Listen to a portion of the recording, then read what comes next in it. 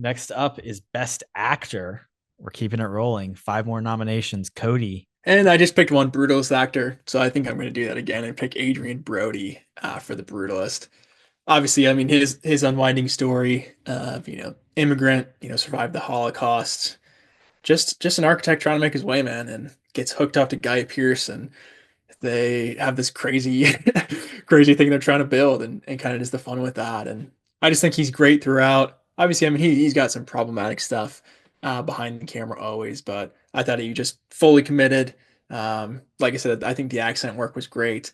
And just some emotional stuff, some dark stuff at the end with him and Guy Pearce, kind of the full range of emotions on display. And I thought he knocked it out of the park. Brody was also on my list. I think the most impressive thing in it being a 3+ hour movie is that he holds the screen for the vast majority of the film and does it impeccably. Like you said, the accent work, AI and in the Hungarian spoken language aside, like it's a ton of dialogue. It's very impressive. He embodies this character, this man who, uh, you know, kind of gets broken by the American system over and over again. Do you know the brutalist casting what ifs, Kody? I think maybe we talked about it when we did the New York Film Festival episode, but Hmm, have you heard about these? I don't think so. Because the whole movie, I think prior to COVID, was cast. Like they had Joel Edgerton instead of Adrian Brody, Hmm. Marion Cotillard instead of Felicity Jones, Mark Rylance instead of Guy Pearce, Sebastian Stan instead of Joe Alwyn, and Vanessa Hmm. Kirby instead of the sister Emma Laird. I think that's really fun. Most of those. I'm definitely happy that Brody came in. I don't know, Joel Edgerton, like you said, for that amount of It would screen not be time. as good. Yeah, I don't think that would be nearly as good as the performance. But Vanessa Kirby, I like. Sebastian Stan would have been fun in that specific role too. I don't hate that. I mean, that is a thing too. Like a lot of these movies were just mismatches and a lot of stuff thrown together just because of the timing of everything, COVID, and then the strikes on top of it. Mark Rylance, I don't know. I'm not as big as him, I guess. Um, We definitely won with BFG, Guy Pearce there. Bridge of Spies, yeah.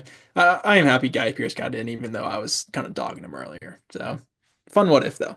My pick next for best actor is going to be Timothy Chalamet in the film Dune. Not going to take him for a complete unknown, which I think he's going to win the Oscar for. Um, that's my prediction. That maybe I'll eat my words, but I I, hope I so. believe the SNL double performance won him the Oscar.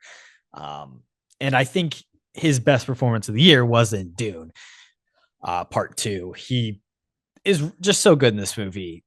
It's I think something that probably like 3 or 4 years ago, I don't know if I would have thought that Timothy Chalamet could have fully pulled it off. And like even in the first Dune, like is this turn that we need to see him make going to be believable?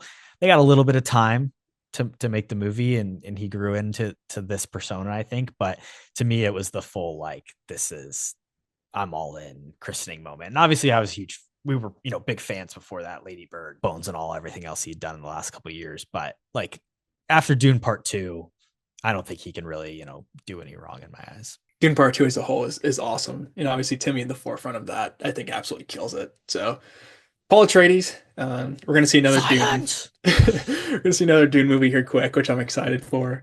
But Not excited that we're getting it that quickly, to be honest. But I'm kind of pumped. I kind of like it how Denis just bang all three of them out and then move on. yeah, as long if he moves on quickly and gets to do something else, I just miss like I kind of I want to see Denis do something else. Oh, 100%. I mean, I'm on board with that, but I think finish off the trilogy and then go from there. And I assume that'll probably be the last one for Timmy too. So it'll be fun, but in this movie, he's great. No notes. I think that's a very good pick. My second pick, I'm gonna go for my boy Rafe. Rafe Fiennes in Conclave. I think it's the first time we mentioned Conclave in our picks here. I think he is the standout for sure. And Conclave will come up a ton more as we go along here for me. But I mean, Rafe carries his movie on his shoulders. Obviously, he is tasked as kind of heading the group to find a new pope after the pope dies, and there's a lot of shit that hits the fan in between, and he's got to deal with that. Again, kind of just screen time. I think Rafe probably nearly 100%, probably that 90-95 range of he's on screen carrying the film, and like I said, just dealing with the mayhem, trying to figure out who's legit, who's lying, who's paying people behind other people's backs. The story is very interesting, but it doesn't work without Rafe. So again, I could see him. I could see a world where he comes in and swoops an Oscar up. I think he is that good, but I don't know if it will happen, unfortunately. Yeah, they won Best Ensemble at SAG, which came in after the voting ended, of course. But it spells that there is a love for that cast as a whole. Of course, Isabella Rossellini, which we did not mention in supporting actress, getting the nomination there as well. I think Rafe is good. I had higher expectations for this movie, and I think I just wanted to like it a little bit more after having read the book, and I was a little disappointed on it as a whole. He's very good though. Yeah, he's awesome. Shout out. Playing uncertainty is essentially what he's tasked with doing, which is incredibly difficult. And I think he manages to kind of convey that, he's a man at a crossroads, a man who's struggling with his faith a little bit and unsure of what the right thing to do is. I agree.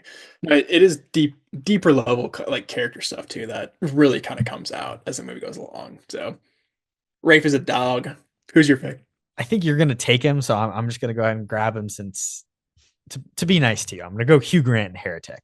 Nice. I would have loved to see him get an Oscar nomination, honestly. Like, I agree. When it came down to it, looking at a lot of the best actor nominees, like I think it was kind of weaker. Like again, if you're not going to nominate Timmy for Dune, like fucking get him out of there. I don't care about Bob Dylan.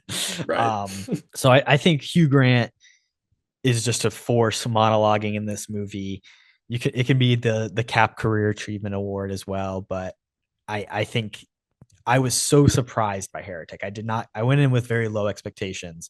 And I'm really not even a Hugh Grant guy. Like I typically do not like him, but in this movie, it was the exact resonance of unlikability that he needed to achieve. This little gallery depicts 12 gods who were born on December the 25th, all of whom predate the existence of Jesus.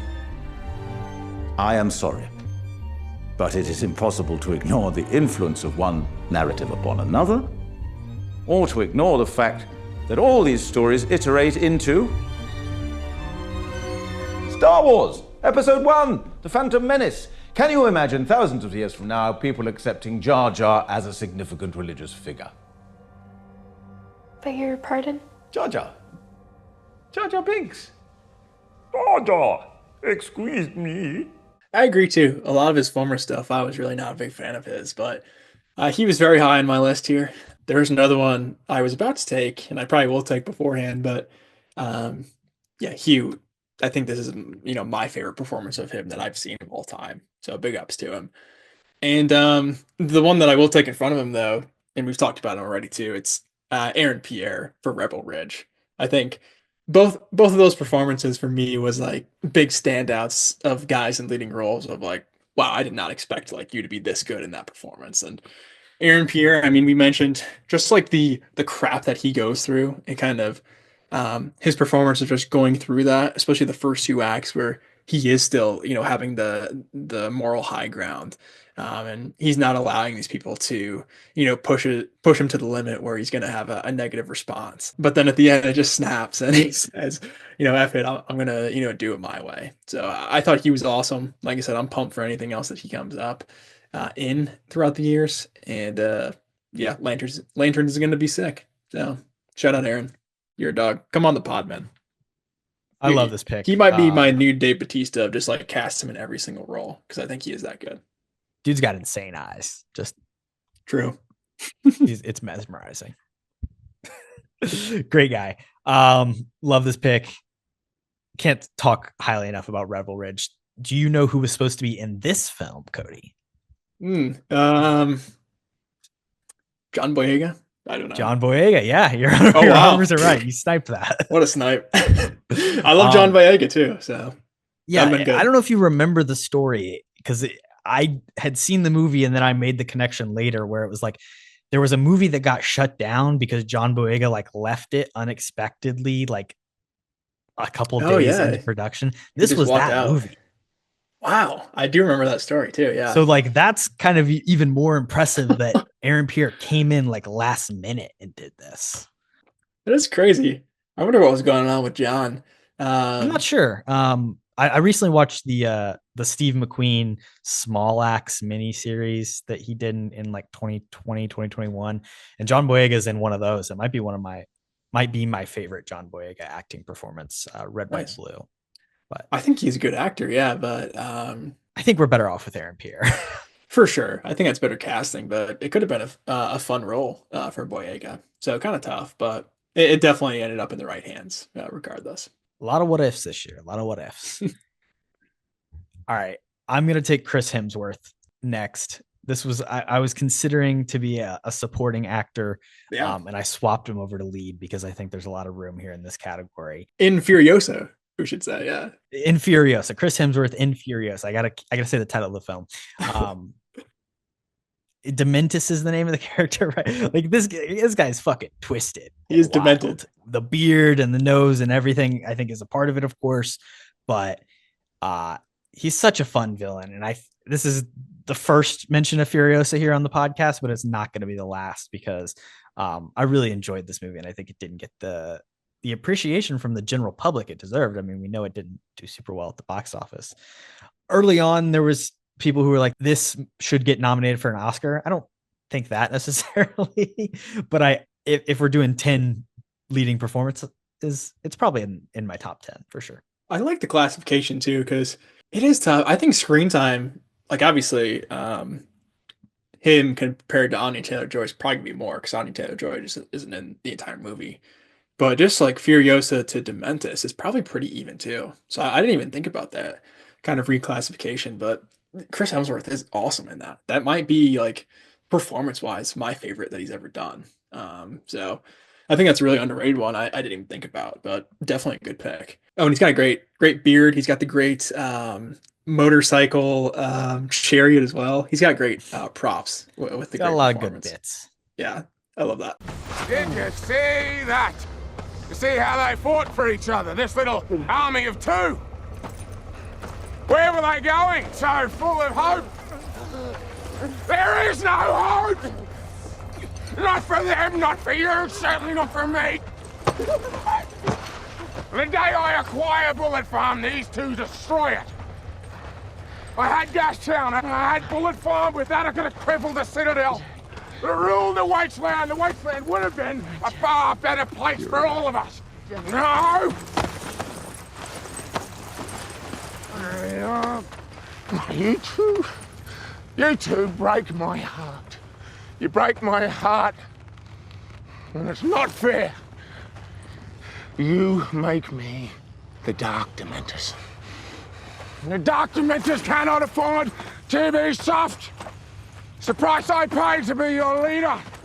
It's the price we all pay to survive in the wasteland. We cannot be soft. For my fourth pick, I'm going to take Hugh Jackman, the Jacked Man from Deadpool and Wolverine.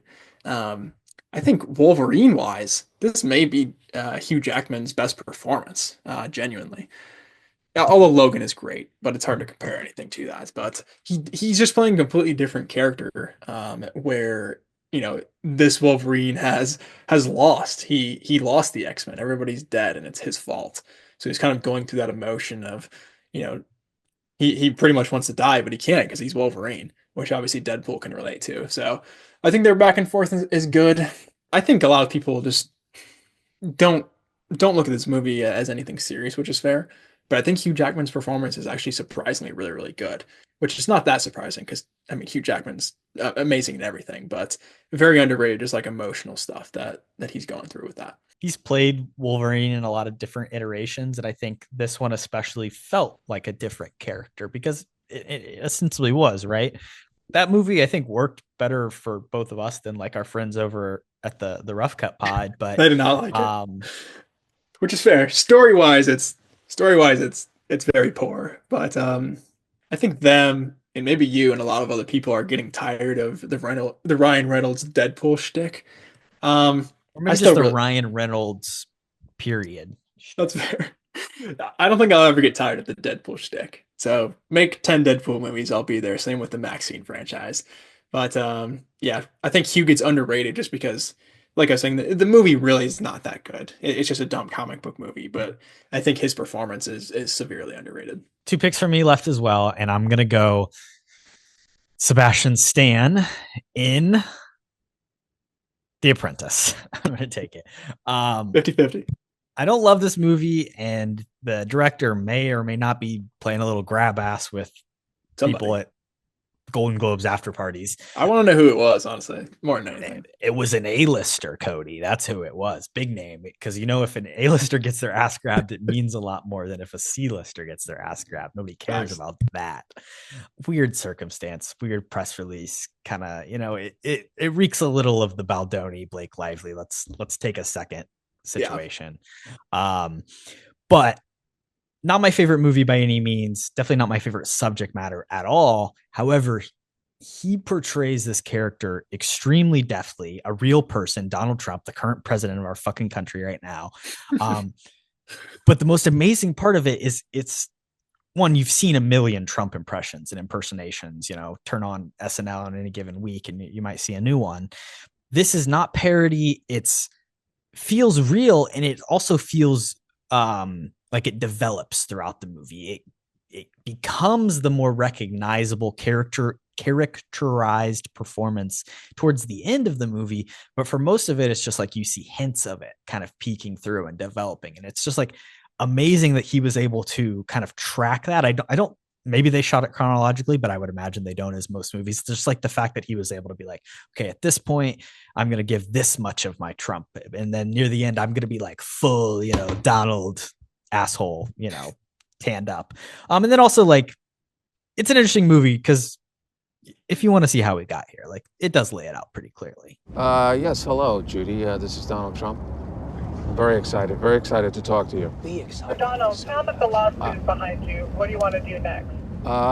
Well, I intend to acquire the Commodore, and I'm planning on making it the best and the finest building in the city, maybe the country, in the world. Judy, in the world, it's going to be the finest building in the world. It's going to be a spectacular hotel, absolutely spectacular, first class, and That sounds very ambitious.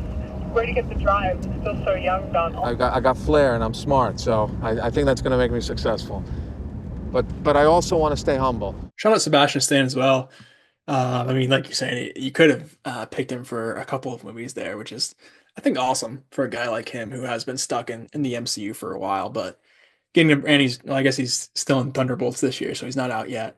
But allowing him to play more serious roles like that, I think, is really awesome. And again, not one that I checked out yet, unfortunately, but I'm excited to see kind of his performance for sure. All right, Kody, this is your last pick. What are you taking? Well, that's fun. I mean, this is a me pick, so I'm going to take Adam Sandler in Spaceman, which is Christ. Go check out.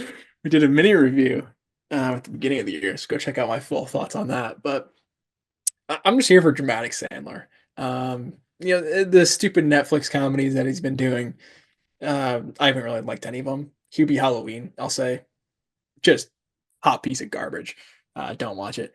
But I think, and this is another Netflix movie, I guess, another shout out to them, but I think this role specifically is interesting for Sandler because it is more of a thought piece, more than anything else. Obviously, we have this weird interaction with, alien spider and stuff, but it's more of just him like thinking about his relationships and why he's out in space and what he's running away from a lot of times too. So I really like the dynamic between the characters and the Sandman in a dramatic role. I mean, like you said, I mean for leading actors this year, I've missed a lot of the Oscar noms, so there wasn't a ton of like strong stuff that was pointing out to me, and Sandman came across my eyes and had to include him on the list. So easy pick. Hey, you can show favoritism to your guys. It's the last pick. I don't blame you whatsoever, Kody. Yeah, pick 5 doesn't really count anyways.